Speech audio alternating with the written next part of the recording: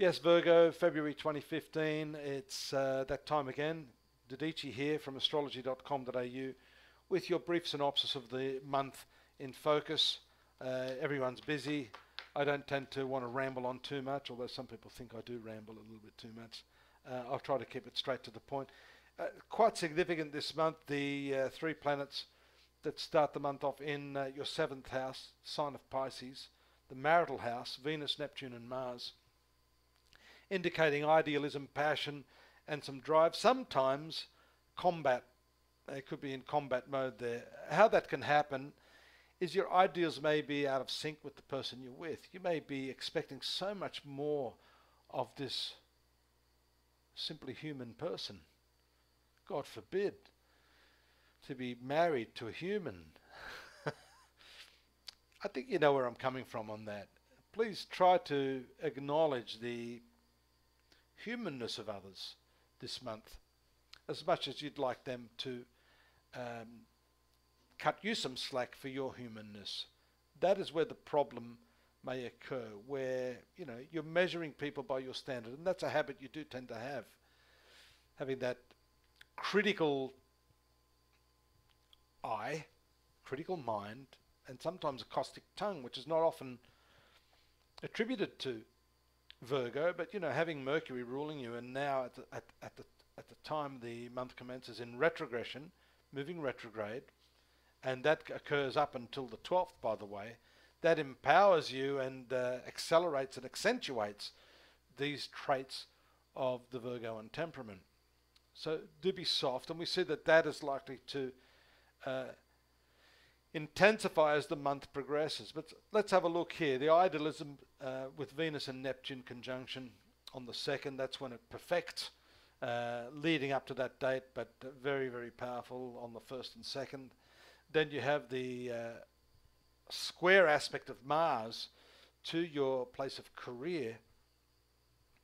That could, this could be an ego issue for some of you, an issue of principle, something you want the other person to act like, appear like, or perform like, but they can't, and you're going to come down heavily on them. So that's that idealism. That's, I always say expectation is the mother of disappointment. So do be careful there to not demand too much of your partner in the first week or so of the month.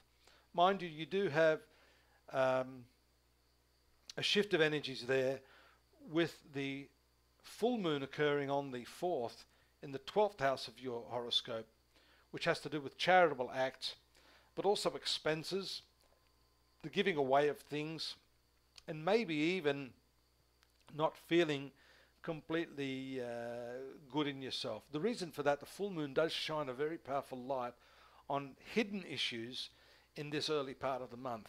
Now you need to deal with that, and I'm just wondering whether or not this full moon may be tied in with some of the other points I've been making in your relationship. Something could be exposed.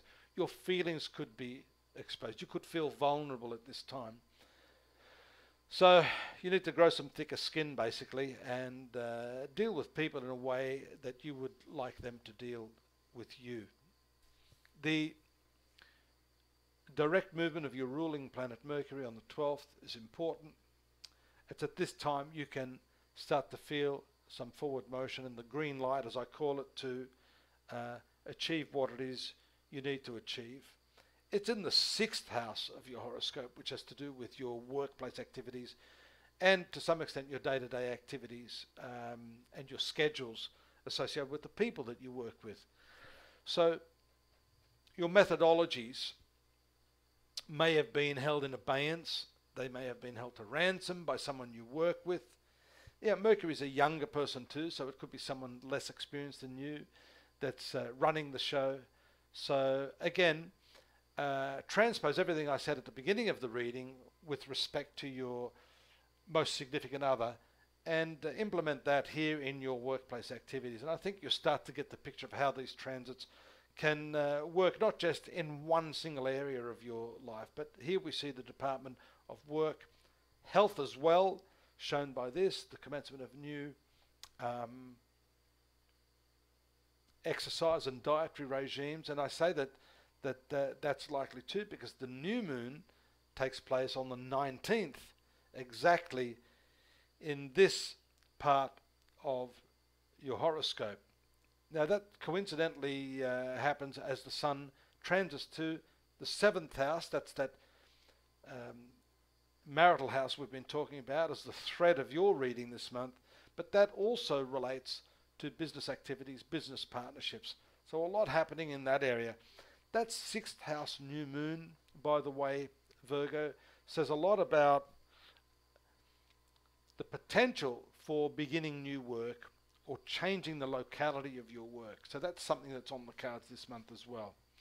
There's strong focus for you in the 8th house of your horoscope, which has to do with shared resources, money, banking, taxes, annuities, wills, legacies, all of those sorts of things. It's money, money, money, but it's money that may be tied up in other people's hands or may be dependent upon some activity such as your accountant, your lawyer, your partner giving the okay for things to move forward. That is also, again, just repeating what I said a moment ago, where the retrogression may apply to this part of your life as well, not just in terms of your communication with your lover, in terms of the way you're working with co-workers. This has to do with your business and your finances and how that all proceeds over the next month or two.